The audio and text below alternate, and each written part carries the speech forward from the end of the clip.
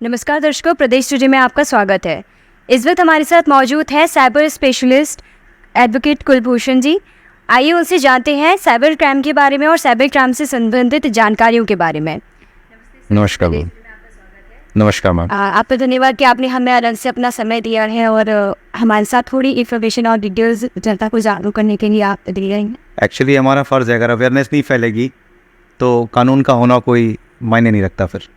अच्छा sir, cyber crime आजकल बहुत ज़्यादा बढ़ता जा रहा है जी, और इसमें हम जैसा कि देख रहे हैं OTP रिलेटेड भी क्राइम्स हो रहे हैं, जिसमें कई बार क्या है अकाउंट्स में लोगों के पैसे सेव हो जाते हैं कि OTP शेयर नहीं हो पाती है।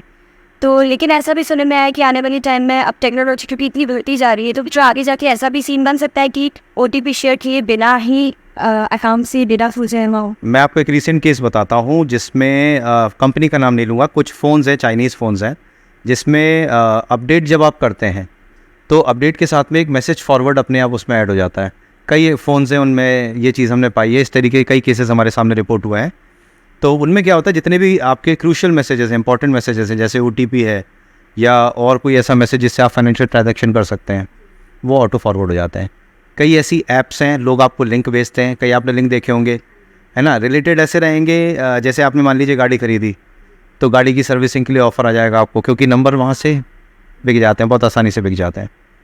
तो वैसा एक ऑफ़र आएगा, आपने लिंक पे जैसे क्लिक किया, वो एक ऐप होता है, वो ऑटो फॉरवर्ड करता है मैसेज एंड्रॉयड में, तो वो इंस्टॉल हो जाता है, तो उससे फिर आपको पता भी नहीं पड़ेगा और आपके OTP शेयर हो जाते हैं। अभी रिसेंट में क्राइम हुआ है ग्वालियर में बहुत बड़ा, जिसमें इस ऐप का यूज़ किया गया है। जितने भी OTPs आए थे सारे OTPs ट्रांसफ़र करने के लिए।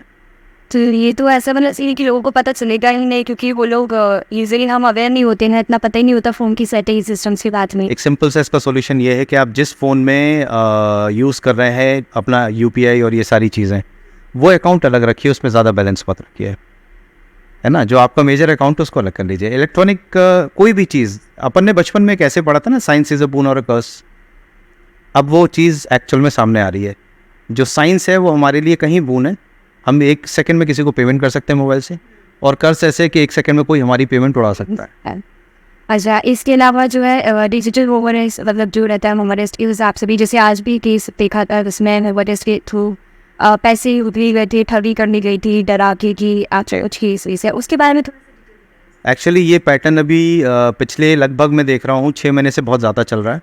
इसको हम साइबर किडनैपिंग कहते हैं, अगर सही मायने में कहा जाए तो साइबर किडनैपिंग। एक जैसे आपको एक कॉल आया, सामने वाले ने अपने आप को ED पुलिस या इस तरीके से बनाया, AI का यूज़ करके वो पीछे बैकग्राउंड बना लेते हैं, वर्दी पहने रहते हैं, आपको देखने में बिल्कुल ऐसा लगेगा वीडियो कॉल पे जैसे कि एक पुलिस थाने का या किसी बड़े इन्वेस्टिगेशन एजेंसी का कोई ऑफिस है ये, और वो आपको इस तरीके से इतना डराएंगे, ऐसी ऐसी चीज़ें आपसे बोलेंगे कि आपको लगेगा कि बस अब मेरे को सीधे यहाँ से जेल जाना है।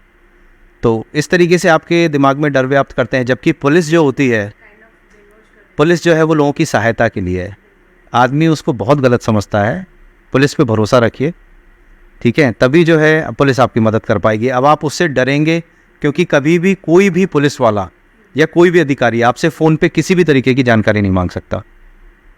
अच्छा, इसके अलावा जैसे ऑनलाइन भी रहते हैं कई सारे ऐसे एडवर्टाइजमेंट होते हैं जो पेपर्स में आ रहे हैं या ऑनलाइन दिख रहे हैं फेसबुक पे या किसी भी चीज़, तो उनके थ्रू भी ऐसे बहुत सारे हैं। टेलीग्राम के थ्रू तो आप मान के चलिए सबसे बड़े जॉब फ्रॉड्स जो हो रहे हैं टेलीग्राम के थ्रू हो रहे हैं। आपको एक टास्क दिया जाएगा, टास्क फ्रॉड भी बोला जाता है ना।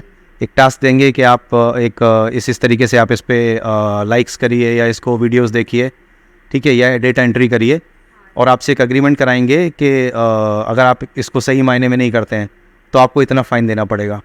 तो 99.99% ये देखा गया है कि वो आदमी को गलत ही ठहराएंगे और फिर अग्रीमेंट का हवाला देके कभी किसी से 50,000, कभी किसी से 1 लाख। इसके अगेंस्ट में क्या? देखिए, एक्शन तो ये है कि अवेयरनेस सबसे बड़ी चीज़ है। अगर आप अवेयर नहीं हो तो कोई सेंस नहीं है। सामने वाला आपको डरा रहा है, किस बेसिस पर डरा रहा है, आपने ऐसा क्या कर दिया जो वो डरा रहा है ना। लालच है सबसे बड़ा, पैसे का लालच। आप पैसे का लालच दिखता है, आप किसी भी लिंक पे क्लिक कर देते हैं, कोई भी टास्क में आप इन्वॉल्व हो जाते हैं और फाइनली आप लैंड अप कहाँ करते हैं, पैसे देके।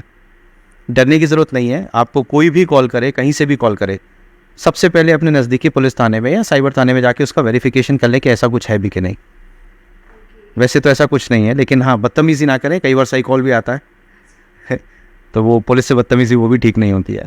इसके अलावा सर ऑनलाइन जो रहती है फेसबुक अकाउंट्स की या टेलीग्राम अकाउंट्स की जो भी दूसरे अकाउंट्स होते हैं अपना आईडी में हैक हो जाती है। आईडी हैक होते हैं इसलिए क्योंकि एक इन्होंने ही एक ऑप्शन बनाया हुआ है लॉक प्रोफाइल का, करिए। जब उन्हें लगा कि ये चीज़ हो सकती है, हैक हो सकती है, 2 वे ऑथेंटिकेशन है, वो करिए। कोई एक ऐसा ईमेल, एक ऐसा फ़ोन नंबर रखिए जिससे आप उसको वापस एक्सेस ले सकें उसका।